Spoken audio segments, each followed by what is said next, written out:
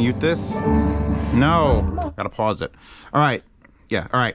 So, here's the thing. When life gives you lemons, 1,000-watt lemons, you make lemonade. Let me see if I can point this better, and maybe I'll even just pick the whole table up like a boss and move it back. Okay, so here's what happened. In contact with Klipsch, I love Klipsch. Klipsch will send me things if I ask for them, and I'm trying to be like nice. I'm not gonna be like, yo, bitch, send me everything. I don't want to do that. I want to pick and choose the things I review. Like, I want to make sure they actually matter. And I didn't ask for this. This is the KA-1000-THX, specifically subwoofer amplifier for passive subwoofers. And they sent this by mistake. What I actually asked for was this, the KDA 4-channel 250-watt 1U rack mount amplifier, which they then sent after they sent that. But it's like, well, do I want to send that back without doing a review, or do I want to make this like what are we looking at here? So, this is specifically a passive subwoofer amplification unit. And the problem is, it's 2022, and there aren't really that many passive subwoofers. By the way, this video is sponsored by Bucart and the A700s. Speakers so good, I literally don't take them out, because if I did, every time I did anything, I'd be like, but just buy Bucarts. I actually, I think halfway through this video, I'm gonna stop using the triangled 40th anniversaries, and I'm going to get these hooked up using the XLR inputs, because I never really played around with that during the review. So thank you, Maz, for letting these stay here. And I hope people who click the link to this at the top, because guess what? I'm not gonna be able to find a link for this. We'll get to it. So, I'll put my phone down, good. So this unit is one of those Klipsch Professional series, just like the THX 5000 speakers that I was like, why is no one talking about these? And it's because you really can't buy, like, they're not just available. Like, I don't understand Klipsch's like obsession with making like a professional line in the 2020s. No one wants to deal with dealers, but then dealers like to be dealers, so they want only to be working with Klipsch directly, so that if you want those speakers, you usually have to go through them, and then they take a percentage, and it's like, it's a weird system. I never liked that portion of like the audio installer thing. I lived in it for many years. My father was part of it. So stuff like this, these pro gears, the rack mount stuff and the THX stuff, is all sort of like hidden in shadows. And I don't know if this unit is like from a bygone era, because it's specifically designed, and we'll go over all the things about it, it's specifically designed to work with Klipsch's passive subwoofers. And I've been running this channel for 9 years, and I think I've owned two passive subwoofers. That one I stole from my father, or that he found. I don't remember where that came from, but that's what we're going to be using to test today. And it is absolutely not the right sub for the job. That is an old Design Acoustics PSSW 10-inch passive. And if you go back to the start of my channel, at the little room in the Bronx, where I had the Super Daytons, it was a 12-inch active sub, or a 10-inch active sub, that 10-inch passive sub, and then the Dayton B652 stacks. Like, you got to go way back. You gotta go way back to like 2014, 2013.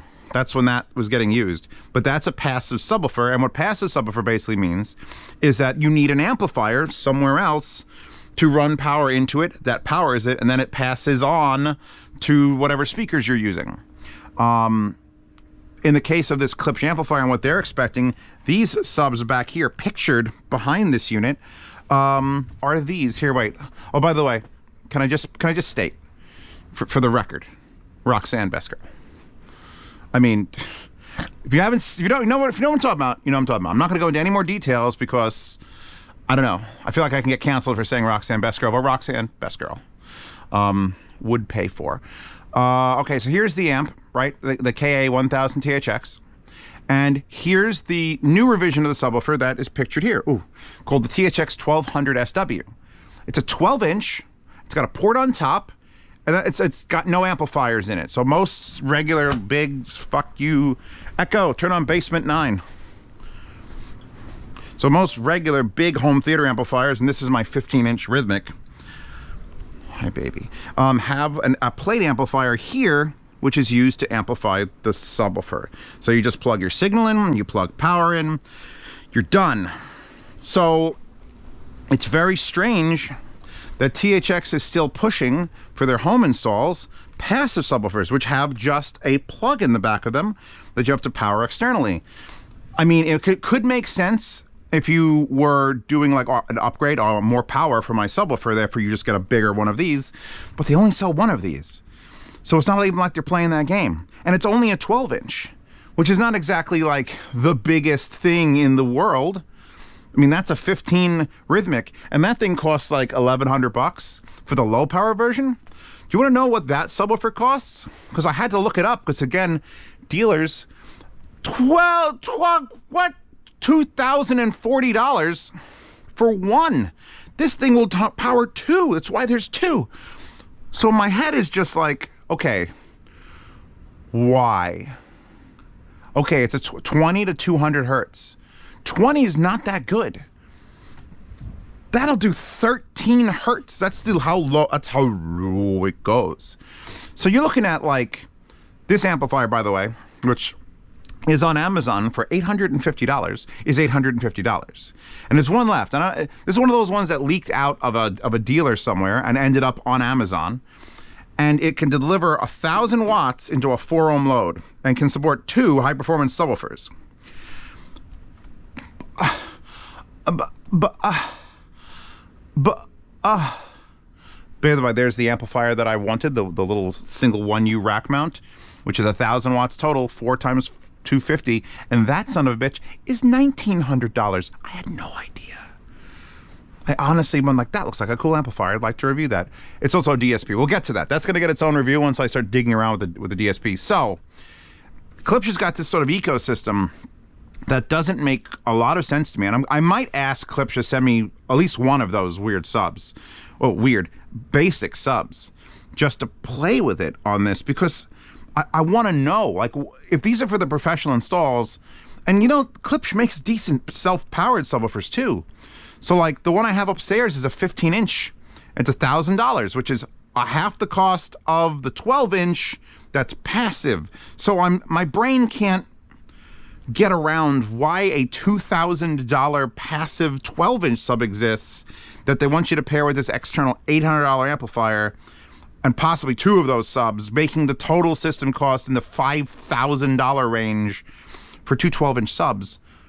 When, like, even, I'm going to link in the description, Klipsch themselves sell much cheaper 12-inch subs that probably have like 400 watts built in. So, again, I don't understand. But I'm going to take this time to appreciate this unit because it has features and knobs. And sometimes that's all you need. Beautiful knobs. Again, we're using that Design Acoustics, and I'm using the SMSL SU6 and DA6 to power these triangles. At some point, I'm going to pause, and I'm going to switch to those using a different amp DAC combo thing. We'll see how that goes. We'll see how that goes. It's fun for me. This is the most fun I have on Z Reviews is not the filming of this. It's not the reading the comments where people are calling me either a shill or funny.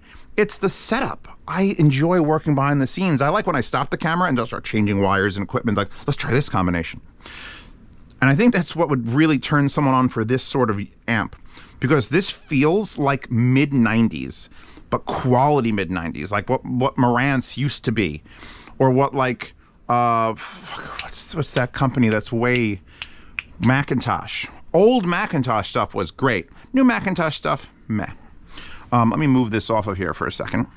We can look at the back, because the back is hilariously simple. I'm going to destroy the whole world right now doing this. You have 2 RCA ins, 2 RCA outs, so it's just a pass-through. And then you have these speak-on connectors, which are professional level speaker connectors. Like, instead of just banana plugs or spades, you get this. I actually bought a 50-foot cable on Amazon for $30 and then cut it in half. And then I exposed the wires and plugged them into that. But their subs, their pro subs, use this on the other end. So you literally just go like this. Look. There, 2 speakers are connected. Well, 2 wires are connected. That's the entire point of speak-on connectors, is that they are locking and easy. I'm using my hospital-grade monoprice power connector. It's got a 120 or 220 or 100 to 120, 220 to 240 switch. That's it. There's nothing else back here. This is dumb electronics. It's signal in, signal out, just to give you for your amps, and then subwoofer out, and you could use either one or both. If you're doing 2 subs, one of these would go to each. I have both going into, because that's got dual voice coils, and then you power it. And that's literally the end of the tour of the rear of this unit. Let's switch to the front where it gets fucking sexy. We have got a... the case itself is made of steel. Like, it's supposed to be like a shelf. You're not going to actually play with this part of it, but this, look at that aluminum. We're gonna spend a little bit of time appreciating the beauty. You've got a power switch that's just like you feel it fall into it. Red LED turns green. You hear relays click constantly. There's like 3 different relay clicks. You have 2 other LEDs. This one over the low pass filter, low pass crossover, and this one over the level. So this is all about the knobs. If I could point out, like, number 1, unnecessary knobs, but at the same time, amazing knobs. So we'll start with the volume knob because it's the biggest. Big ass notch here, and it just has min, max. And all these indicators do is indicate that these 2 things are working. If I switch this THX knob, and this is a switch that goes, those turn red, meaning that these are no longer functioning. You can't raise or lower the volume, and you can't adjust the crossover. So you have auto power, which is usually like a little dinky switch in the back of a unit. Like, you want it to stay on when it's on, or you want it to automatically power off. It's in the front of this, and it's all these aluminum knobs match. And some of them are full rotating for 40 to 120 hertz, and some of them are just off, on. And the biggest problem I have with this particular design is that the notches are at the bottom showing what you're doing, which, when I have it holding up by my massive strength, is fine because you can see what it's pointing at. But if you put this on a table, I can no longer see the options on the bottom. I could just see if it's going here or here. So it's terrible design. So like auto power. I don't know what that is or that is, because I have to like get, oh, it's on or off. They could have easily put auto power written like lower. I don't know who did it. I don't know who did it. I just want to sit here and do this all day though. Something about a switch is just a giant metal knob that goes click, click, click, click. Satisfactory, beyond belief. So, auto off. Phase 0 to 180, because it's a normal subwoofer amplifier. Another thing about this unit is I hope it's replaced at some point with something that does room correction, like built in, like mini DSP levels of stuff. Because yes, phase, yes, volume, and you get the crossover setting. You also at least do get boundary gain compensation, which is literally an on and off thing. And boundary gain compensation essentially is trying to help room correction. It's like the most, like, there's no settings for it. It's just on or off. When you turn it on, it attempts to flatten the curve where you don't get a boomy sound. And if you turn it off, it's just straight signal out. I was playing with it. It's hard to judge with that little dinky sub, because that sub is not designed to be a bass sub. That thing's lucky if it gets down to like 35 hertz.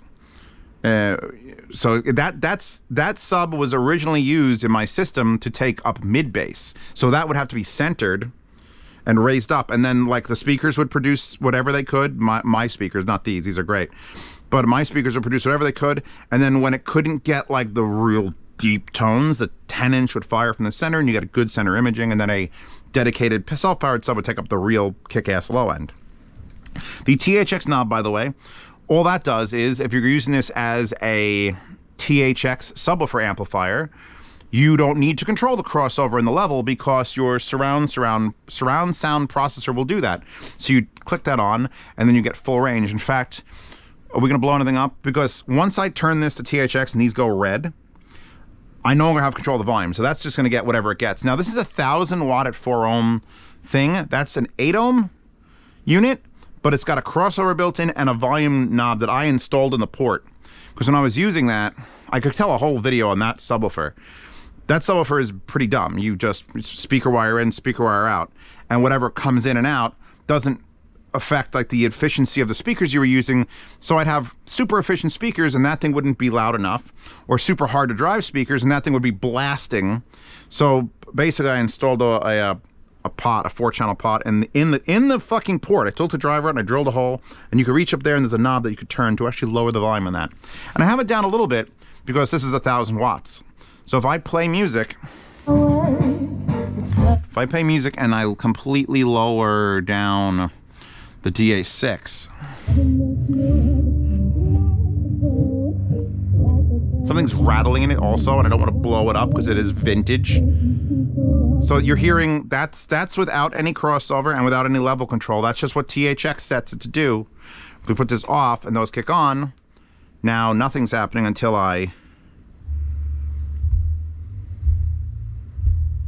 and we're only at 40 hertz, which I can barely do. So if I turn this up, oh God, things are going to explode. It's trying so bad. Baby, don't worry, I won't kill you. I might be buying some used stereo equipment. You'll see it when it comes. And by might be buying, I've already put a down payment on it. Again, I should have waited for the $10,000 buying spree because everyone would have said, yes, my speaker's bigger than a car. I'm going to try to use this on those because this makes more sense for that. But that thing is just here to demonstrate that it does function and how it functions. So if I put boundary gain compensation on, it levels, I could hear it just like vibrate less. But this is just a weird relic of an era that I'm not, you know what? It's time to switch to the boot carts because as much as I want to listen to, wait, I paused it.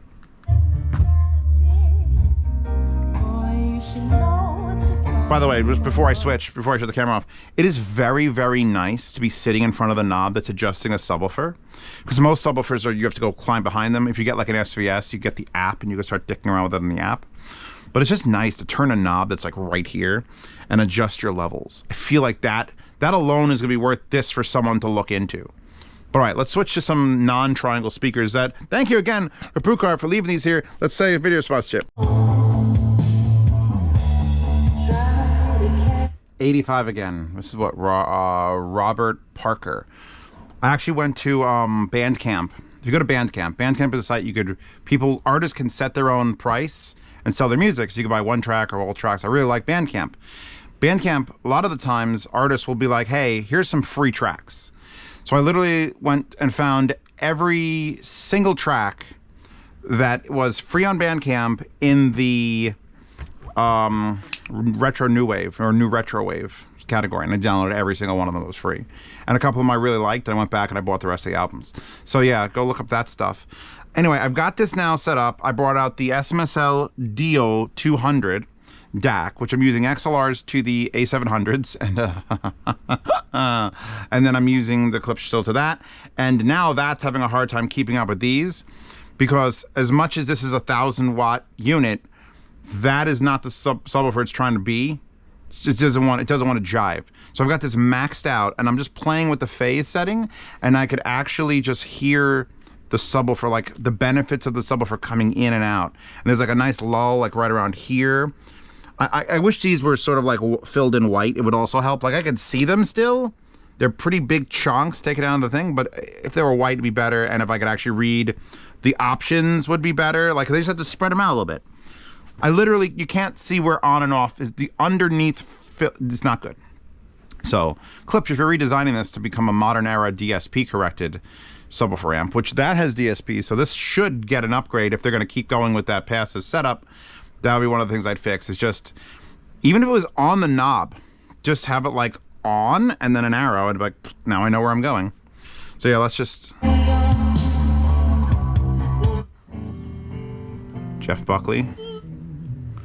This is real quiet. This is a journey into sound.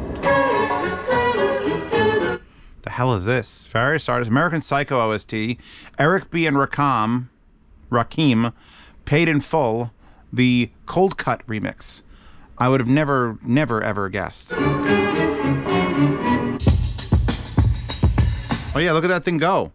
So she's going now. The problem is A700s are the best speaker that's ever existed. In my mind, there's only like one speaker that might beat this, and it's only a might, and it's $25,000. Just putting that out there. Even looking at those $4,000 Aperion towers that are behind it, which are much bigger speakers, like they're nearly, those are 1.5 inches taller. These are on cinder blocks. Those are much bigger speakers, but you can't beat DSP corrected Danish speakers. You can't. No one can.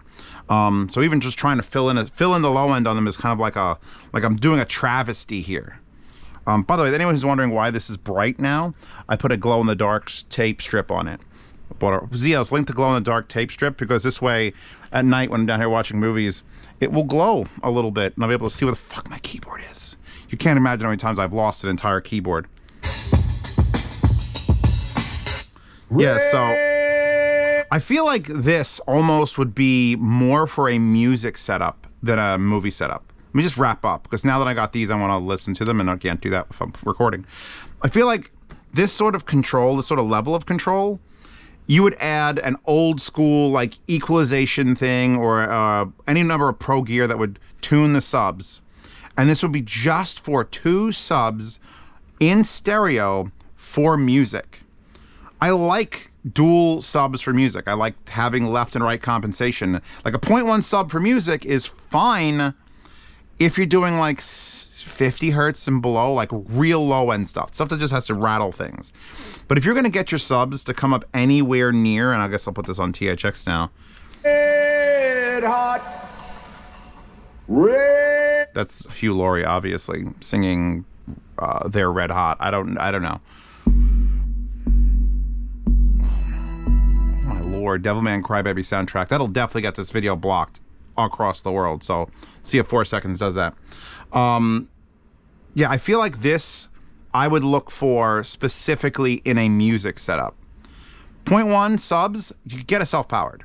Just get a self-powered. For the cost that this would take to get even just one subwoofer, you can get the top of the line SVS subwoofer, or 2 of the most powerful Klipsch subwoofers. Like, it's like the cost boggles the mind. And the only way I could find that out is if I asked Klipsch to give me 2 of their 12-inch subs, and I put them over there, and it's like, all right, let's see what this can do. Crank. Yeah, I love the build of this. It's got a couple quirks. I like the knobs. They just need to be better organized. And I wasn't gonna let this unit just sit here and not get reviewed or send it back without doing a review. It's here.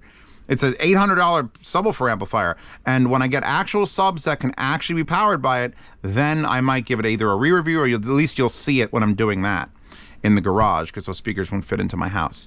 You'll see. You'll see.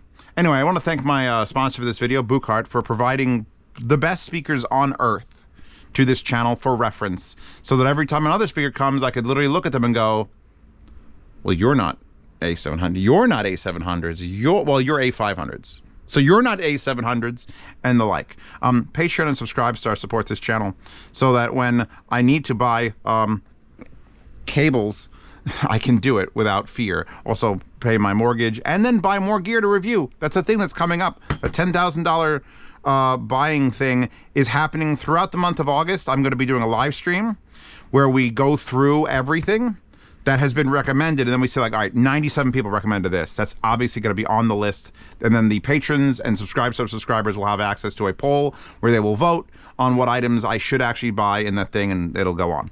So yeah, if you're a patron or subscriber, thank you. $5 a month lets you see reviews early, participate in yard sales, and listen to lossless sound demos. Someone in the public Z Reviews Telegram was actually like, hey, Zeos, where's the sound demo for the 422H or the H42, I forget the brand name of it.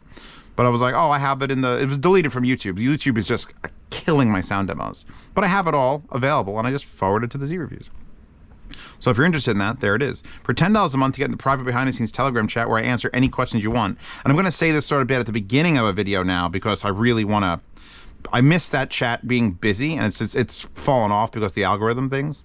But yeah, $10 a month, private behind-the-scenes alligator chat. Wow, where's my brain going? It's Roxanne's fucking me up, all right? She's a beast, right? Literally and figuratively. She's a beast.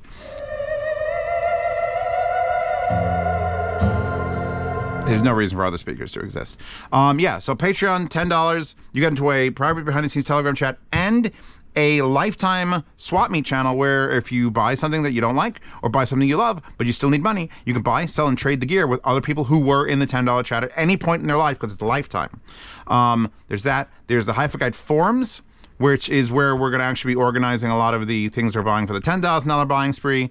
And check that place out, and music recommendations, and Frankie Goes to Hollywood, The Power of Love, instrumental singulette version? Singlet? Is that a thing? The fuck is a singlet? Anyway, Buchart, linked. This, linked. Asmusel DO200, linked. Glow-in-the-dark tape, linked. I will see you all in 2 days for another review that actually is something I asked for and that I have proper equipment to test. And feel free to hang out with me on live streams on Twitch on Wednesdays and Sundays. And I've been told by a friend to tell you guys to subscribe and ring the bell and everything, but I don't do that. I figure you do that on your own. You're humans. You can make that decision. You don't have to remind everybody to do it unless everyone's collective IQ has fallen to like below 40. So do as you please and enjoy Roxanne in the I Was Isekai. What's the fucking name of the show? That's not it. That's not helping. Someone in the comments, what's the name of the show with Roxanne? Because it's isekai to another world and I like to buy and bang slaves. I don't know.